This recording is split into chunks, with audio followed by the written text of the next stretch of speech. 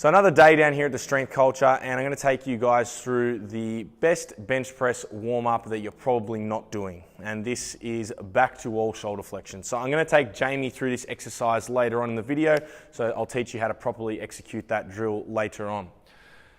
So why would we want to do this movement, and why do I believe it's such a great warm-up exercise or activation exercise to do with your bench press?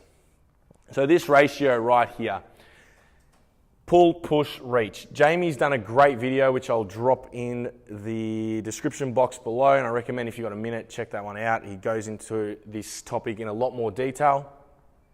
So basically, as powerlifters or even just general gym goers lifting weights, we end up in this realm here, this pulling and pushing realm, such as seated rows, lat pull downs, one arm dumbbell rows, bench press, dumbbell pressing, where we often train the retractors and depressors of the scap. We overtrain them and they become overactive.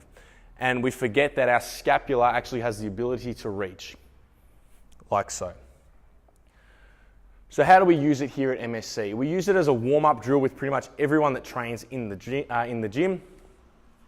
So I'm talking here specifically powerlifting and bench pressing, but we use it for literally everybody that walks in the gym, and it's a great exercise for literally anybody to do.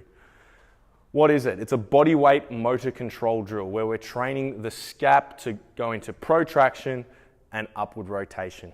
We're also using it as an activation drill for serratus anterior and our lower trap.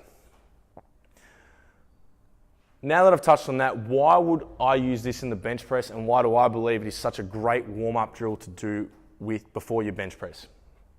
These 2 points here, scap stability and injury prevention. So firstly, scapular stability. We have 17 attachments to the scap.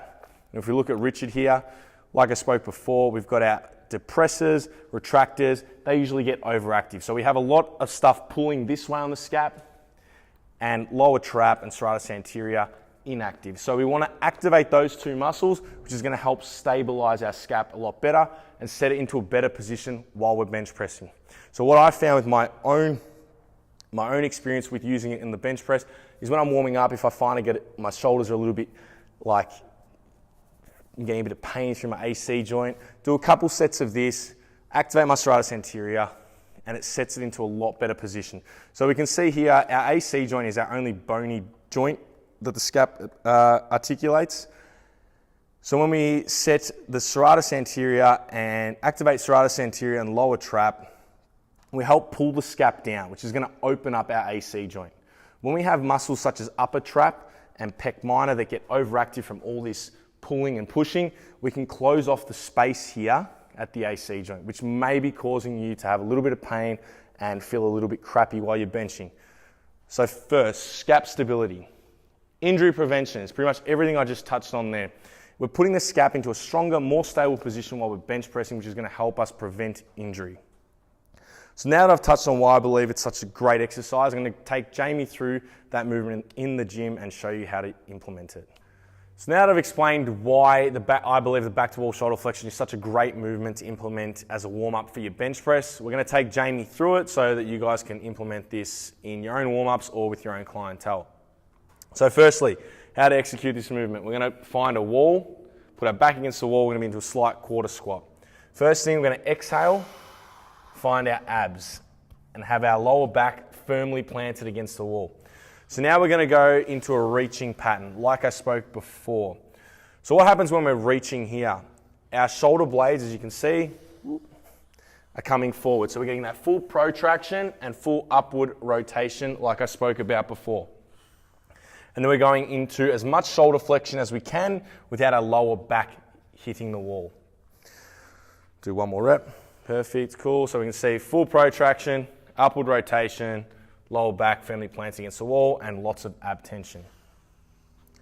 So what I recommend is implementing this into your warm-up, 2 to 3 sets, 8 to 12 reps. Just make sure you're feeling your serratus anterior, the top, and getting a nice good stretch into shoulder flexion. Alright, so I'm just editing the back to wall shoulder flexion video. I forgot to sign off, so here's the sign off now, 3 days later. If you liked the content and you learned a thing or two about back to wall shoulder flexion, and you got any questions, make sure you leave them in the description in the comments below. We'll make sure we get back to you. As always, if you like the content, subscribe to the channel, follow us on Instagram, Facebook, and as always, happy lifting.